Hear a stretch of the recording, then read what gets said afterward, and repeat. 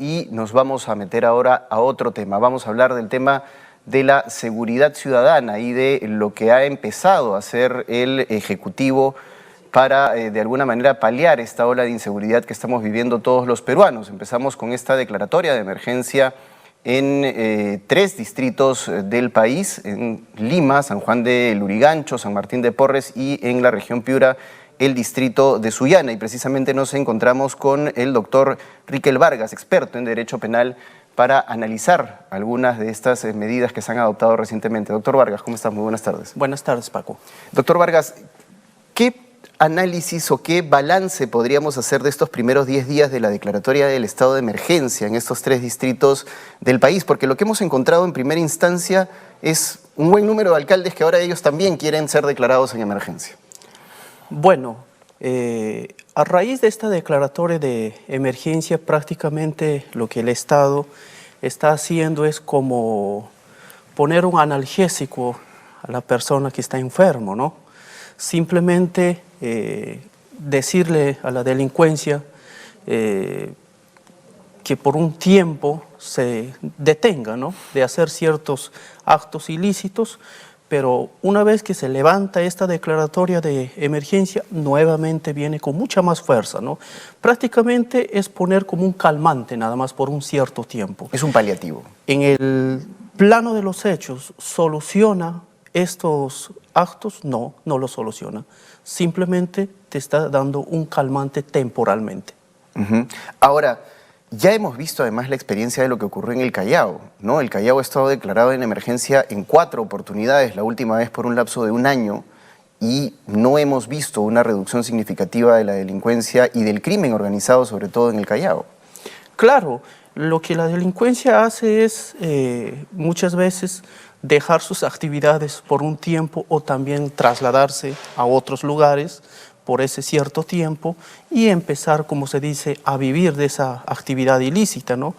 Pero más allá de esto, creo que el punto para erradicar la delincuencia, sé que esto nunca se va a acabar, ¿no?, porque la delincuencia es connatural al ser humano, eso tenemos que aceptarlo. Creo que debemos de atacar mucho más allá y empezar a trabajar en un tema de educación, economía, erradicar la pobreza, temas de trabajar mucho con la salud mental y atacar especialmente al niño y al adolescente, trabajar en ellos, pero ese es un tema a largo plazo. Estas medidas que está aplicando el Estado prácticamente son, como su mismo nombre lo dice, de emergencia. De emergencia y tratar de callar a la sociedad, ¿no?, de lanzar algún tipo de salvavidas momentáneamente, pasa el tiempo, pero volvemos a lo mismo.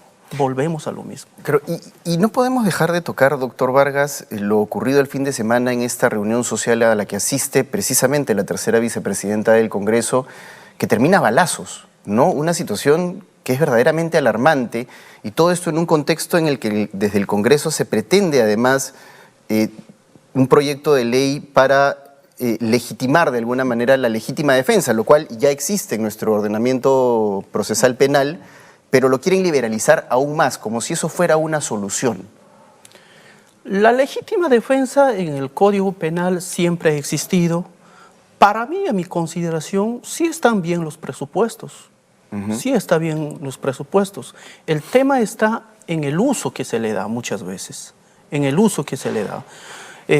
Sé que, como en toda medida que se aplica, siempre va a existir excesos, ya sea por parte de la autoridad o por parte del mismo ciudadano, pero eso no puede conllevar a cada momento, por mínimo incidente que pase en una sociedad, pretender generar modificaciones al Código Penal, porque esa no es la solución, porque los presupuestos que debe observarse taxativamente para que pueda encajar una legítima defensa y un ciudadano que hace uso de esta herramienta poder escudarse bajo esa figura jurídica y no poder ir a parar a un penal, están bien puestas. Es una cuestión de interpretación que tienen que hacer las autoridades, pero una interpretación dentro del plano que sea razonable, coherente, y no que tenga un cierto sesgo político. Claro, y pasando a otro tema también se ha puesto mucha atención en la lucha contra la delincuencia en el ciudadano extranjero, ¿no? Se ha tratado de alguna manera de culpabilizar de esta ola delincuencial a los ciudadanos extranjeros, a los venezolanos en particular, y de hecho el Ejecutivo ha emitido una serie de normas para expulsar de manera mucho más expedita a los extranjeros que cometan delitos en nuestro territorio. ¿Cómo analiza usted desde el punto de vista legal estas medidas? El tema de la expulsión es muy interesante. Hoy estamos viviendo una delincuencia mucho más violenta. ¿Por qué? Porque si hacemos un análisis, cuando nosotros vivíamos, bueno, vamos a decir, con nuestros propios delincuentes, era una delincuencia menos agresiva, que muchas veces para arrancar un celular tal vez no te costaba la vida, ¿no? Pero hoy en día la vida prácticamente es como no vale nada. Entonces, hoy estamos enfrentándonos a un tipo de delincuencia demasiado agresiva y la forma de cómo operan este grupo delincuencial es elevadamente agresivo, es más armonizado y buscan copar todos los distritos y siempre tienen un líder que busca liderar cada distrito. Y si esta persona a quien coaccionan, buscan sacar dinero, no se pone, como se dice, a derecho, la única forma es de sacar del camino o apagar la vida de un ser humano, ¿no? Incluso la delincuencia extranjera, especialmente la venezolana, es como que ha desplazado a la delincuencia peruana. ¿Por qué? Porque es una delincuencia mucho más agresiva, incluso en el tema del sicariato. En el sicariato peruano, alguien busca los servicios de un sicario, solamente va esa persona, busca a la víctima, lo quita la vida. Pero un sicario venezolano no hace eso. No es que te quita la vida de noche a la mañana. Busca muchas veces descuartizarte, pero en vida.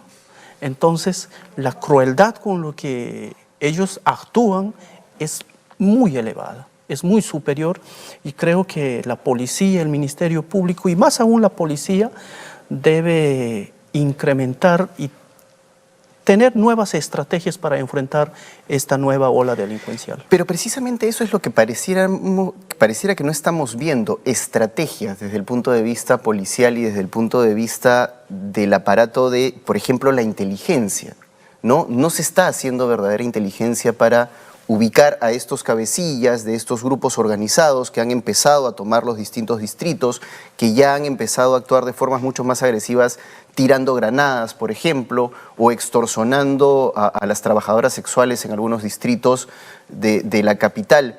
No vemos esa acción. Pareciera que todo se quiere solucionar a través de modificaciones del Código Penal o de normas, y ese no es un camino adecuado para solucionar la delincuencia.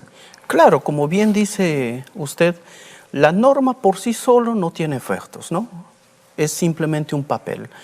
Si antes del ingreso de venezolanos a nuestro país teníamos un déficit de la cantidad de policías para el número de habitantes, hoy en día contamos con millones de venezolanos en nuestro país y creo que la policía no se ha incrementado demasiado en el número de efectivos policiales. Ahora, en el tema del servicio de inteligencia, sí es un buen servicio, han hecho excelentes trabajos.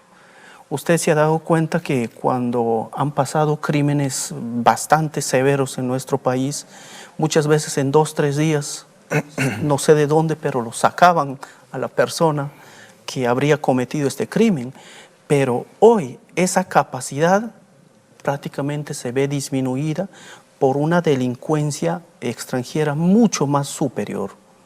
Y esta gente que está ingresando a diario, prácticamente el Estado tiene poco control. Y ahí es donde se debe trabajar en el ingreso. Y toda persona que no está debidamente documentada debe ser expulsada. En un mes se vence precisamente el plazo para la regularización de extranjeros que se encuentran en situación ilegal en nuestro país.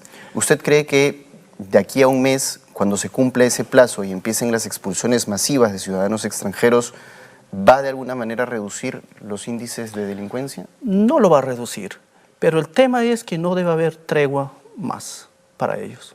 Simplemente se cumple el plazo y aplicar severamente la ley. Así ¿Pagarán como, justos por pecadores también en el camino? Es que siempre una guerra, siempre mueren también personas que no tienen nada que ver con los hechos. Y si realmente queremos salvaguardar a nuestros conciudadanos, tenemos que poner mano dura. Usted mencionó al principio de nuestra conversación algo que me pareció sumamente interesante, que es la interdisciplinaridad de la lucha contra la delincuencia, la necesidad de abordar este problema desde distintos ángulos. Y particularmente pienso que un ángulo importante para poder abordar cualquier plan de lucha contra la inseguridad en nuestro país es una reforma policial. Tenemos lamentablemente una fuerza policial disminuida, pero a la vez contaminada por malos elementos que diariamente prácticamente aparecen en los titulares como partes de estas bandas organizadas. ¿Se puede efectuar una verdadera lucha contra la delincuencia con una policía que lamentablemente tiene malos efectivos en sus filas? Bueno, el tema de la corrupción creo que ninguna institución escapa de ello, ¿sí o no? En el Estado, unas más que otras. Disminuir prudencialmente la corrupción sí coadyuva enormemente al tema de la lucha contra la delincuencia. ¿Por qué? En primer lugar, de lo que se puede comprar, por ejemplo, 10 o 15 patrulleros más, muchas veces por un tema de incremento se deja de comprar esos vehículos que pueden estar al servicio de la sociedad. ¿La corrupción va en favor de la delincuencia? Sí, va en favor de la delincuencia. ¿Y cómo luchamos contra la corrupción al interior de la policía? Es decir, eso es una cuestión de decisión política, que el ministro mismo, que es el agente político, digamos, de todo el aparato, tome una decisión concreta que pareciera no llegar. Pero ¿por dónde empezamos? Porque este es un problema además social, es decir, los ciudadanos tenemos que involucrarnos también en la lucha contra la corrupción en ese sentido. Es que para luchar contra la corrupción creo que el cambio viene por cada uno de nosotros. Incluso hasta el mismo ciudadano que es intervenido en una avenida por un efectivo policial y si está en falta, pues tiene que tener esa valentía de decir, estoy en falta, ponme la papeleta o llévame a la comisaría, pero eso casi nadie lo hace, ¿sí o no? Así es. Entonces, eso es una forma de contribuir a la lucha contra la corrupción. El tema de la lucha contra la corrupción no es un tema de educación.